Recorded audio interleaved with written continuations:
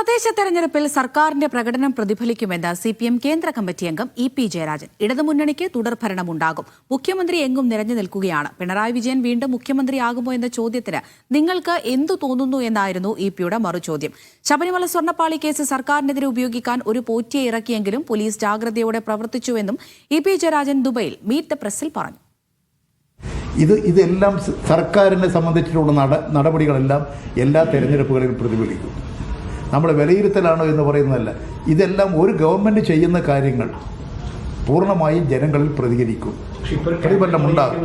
കേരളത്തിൻ്റെ ഇന്നത്തെ വളർച്ച ഈ തെരഞ്ഞെടുപ്പിൽ ഞങ്ങൾക്ക് അനുകൂലമായിട്ട് വരും. കേരളത്തിൽ ഇന്നത്തെ മുഖ്യമന്ത്രി നിറഞ്ഞു നിൽക്കുകയാണ്. അത്തരം ഒരു കാര്യം വന്നപ്പോൾ അതിനെ പൊളിക്കാൻ ഒരു പോറ്റീനെയും കൊണ്ട് ഇറങ്ങി. പോറ്റിയെ പിടിച്ചു. ആരാ ഇറക്കിയതെന്നുള്ളത് ഇപ്പം ഏതായാലും ഞങ്ങൾക്കെതിരാണല്ലോ. ഞങ്ങൾക്കെതിരായി ഉപയോഗിക്കാൻ ഒരു പോറ്റിയെ കൊണ്ടുവന്നു. പോറ്റിയെ കിട്ടിയപ്പോൾ പോറ്റി ചില കാര്യങ്ങൾ പറഞ്ഞത് തന്നെ എന്തിനാ? ഈ അയ്യപ്പ സംഗമം പൊളിക്കാൻ വേണ്ടിയിട്ടാണ്, അതിനെ പരിഹാസപ്പെടുത്താനാണ് പറഞ്ഞത്.